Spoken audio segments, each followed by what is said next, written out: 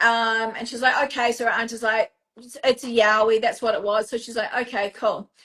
So the interesting thing is that when she came to me and she started giving me descriptions of what this creature looked like. So I'm expecting her to say, look, basically like a Yowie with the face and all that kind of stuff. Yeah. She started off telling me that this thing had pointed ears and it had a muzzle.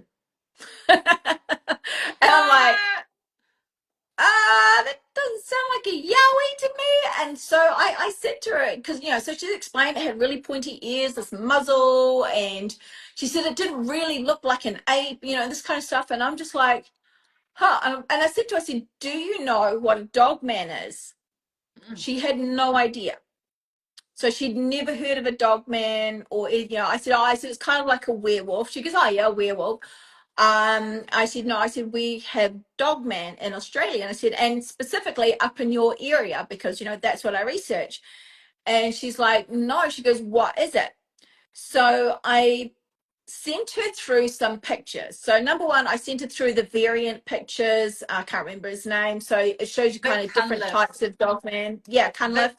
So big Cunliffe, yeah, different types of that. And then I also sent her through a couple of pictures that were of dogmen that were supposedly caught on trail cams. So I got the thick Cunliffe. So I had this picture in particular in my head that I was trying to find. So I'm still kind of talking to her. I'm trying to find this picture. I sent her through the Vic Cunliffe one, and she's like, oh, and so she actually chose one. She was like, that is what it looks like. So it was very similar to the first one she picked was like the hyena one. She said that's kind of similar to what it looked like. And then variant. The hyena variant, yeah. But then she picked the baboon one. So she said it was kind of like a between the two of them. Okay. And the other thing she said is that it had a big white patch on one of its legs. So one of the front legs had a big white patch.